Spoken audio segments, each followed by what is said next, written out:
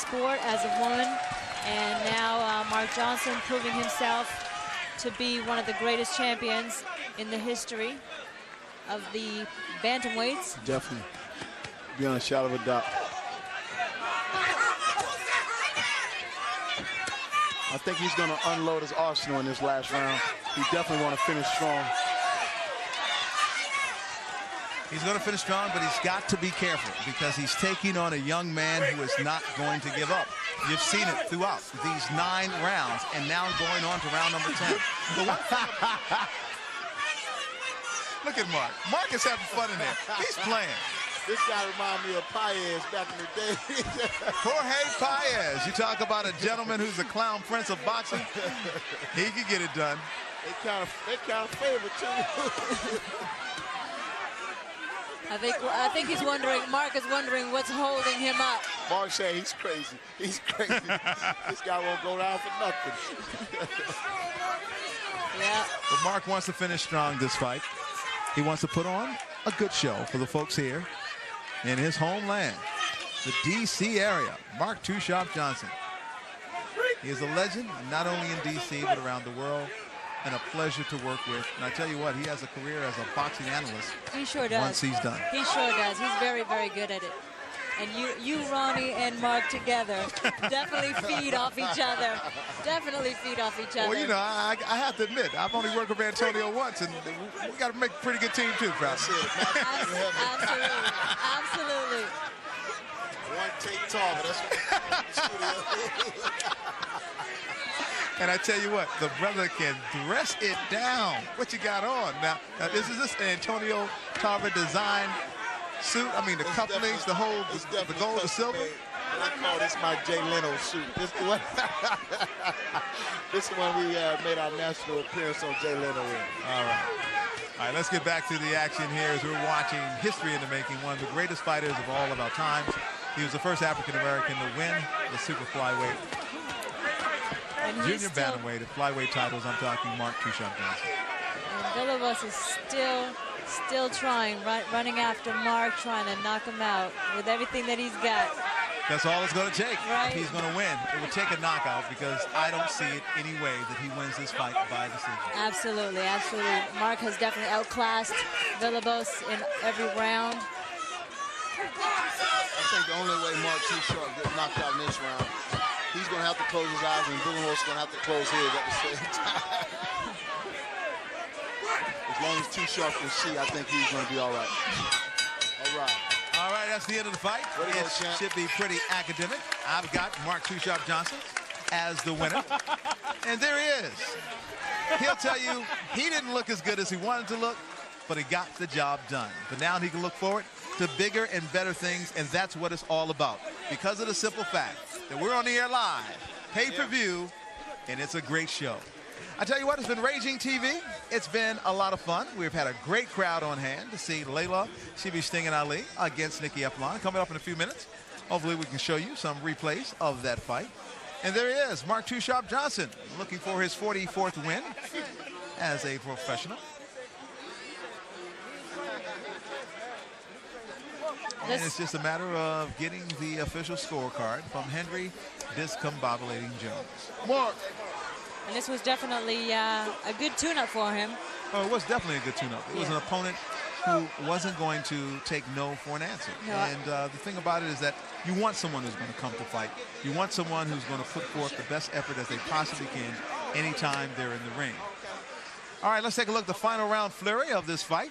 And I'm talking about Mark Too Sharp Johnson getting it done.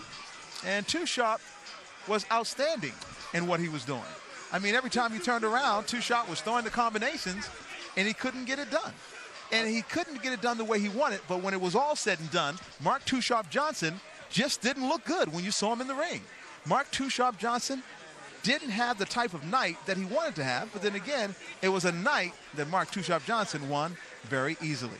So we're going to go up to our ring announcer, Henry Discombobulating Jones, and we'll find out exactly who won this fight. But we think that it's all academic. It's all about Mark Too Sharp Johnson. Great night of boxing here in Bowie, Maryland, just outside of the nation's capital, Washington, D.C. Mark got a good work done. He got his work in tonight. He got his work done. He got it done. Okay. And sometimes that's all that matters is the W. It wasn't a vintage Mark Too Sharp Johnson, but it's safe to say ladies and gentlemen, Too Sharp is still sharp. After 10 rounds of boxing, we go to the scorecards. The official scoring is as follows. Judge Malik Wali scored it 97-93. Judge Don Risher and John Gradowski both scored it the same, 96-94, all to the winner by unanimous decision, Mark Too Sharp Johnson. Johnson is your winner, Mark Too Sharp. Once again, moving on as the champion that he is, 44-3 with 28 knockouts. And I tell you what, this young man knows how to get it done, and you have to be impressed what he has done throughout his career. Yeah, definitely. He is, you know, he's definitely a true champion, and he proves it every single time that he fights. You know, regardless of who's in front of him, regardless of who he's got fighting and what their record is, he puts up a good fight, and he definitely, you know, has come through as a champion. Well, Mark displays so much, and he shows so much, and hopefully we can get him down here and we can talk about his fight and what he's done. And a lot's been said. You know what? Let's go upstairs and maybe talk with Mark Too Sharp Johnson, because obviously there's a lot of joy and delight in the ring. He's standing by with our very own Mark Gray, and I'm talking two Marks who are too sharp. Mark Gray and Mark Johnson. Take it away, Mark. Too Sharp, let's get your thoughts on how you think things went for you this evening. I know you were a little concerned coming in about, you know, this particular fight. So how did it work out for you? Well, you know, first of all, I'd like to thank my Lord and Savior. You know, I'd like to thank the man upstairs for keeping me strong, keeping me healthy. Good fight, congratulations. Of course, my wife right here, the boss, who kept me ready. But this was a tougher fight than I thought. I knew he was a tough opponent when I seen him and when we signed for it. So this is the type of fight I didn't want, but it's a good fight leading up to the Perez fight, a good, strong fight. Well, it was a good, strong fight, and it was also a fight for you in front of the home folks. And I know I covered Holyfield in Atlanta the first time he fought, and it was a real difficult fight for him because of the distractions. How tough was that angle for you to deal with throughout the course of the week? Well, it was very tough because you're fighting at home. Everybody wants tickets. You can't prepare as well as you want. This is the highest weight class I ever came in, 123, and they just let me know that the weight was too much for me to carry. If I do it the right way, moving up, I would. But right now, I didn't do it the right way, and I got the decision. And it was a good fight coming home for the home team fan, a 10-round decision. You said that you didn't do it right. What didn't you do right in terms of the weight? Well, I didn't do my weight training the proper way. I didn't prepare the proper way that I wanted to because I kind of overlooked this guy, and I know I shouldn't do that. But this was the type of fight I wanted. Leading up to the Luis Perez fight, Luis Perez, southpaw, he's southpaw. I think I'll bring this guy, Paul Vala, in the camp with me because he fights just like Perez, and he'll be a good training camp for him. At the end of the day, you did get a chance to put on a show for the home folks. How sweet was it for you, Too Sharp? I mean, well, that's the main thing. The main thing is just, you know, coming home, enjoying doing what I do. I couldn't get a knockout. You can't get a knockout every fight, but I'll take the win. Thanks a lot. Best of luck to you down the road. Give a shout out to Auto Sauce. Let's go back to you, Ronnie. All right, Mark Gray, Mark Too Sharp. You know what? Two of my favorite Marks. That's the way you've got to look at it. And it was an outstanding fight for a young man who continues to move up the ranks. And you know what? I still call him young because of the simple fact that even though he's older, Mark Too Sharp Johnson has found a way to stay in the ring and do some things in the boxing ring. It's been an outstanding night of boxing.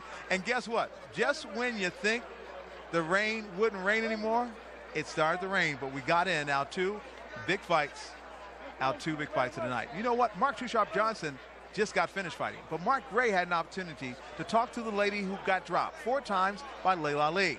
I'm talking about Nikki Epilon. Nikki Epilon came into this fight with a record of 14-1 with 8 knockouts. She was noted for her big left hook. She was noted for her big left hand. But when it all came down to the real nitty-gritty, she had to take on the greatest fighter in the women's book right now.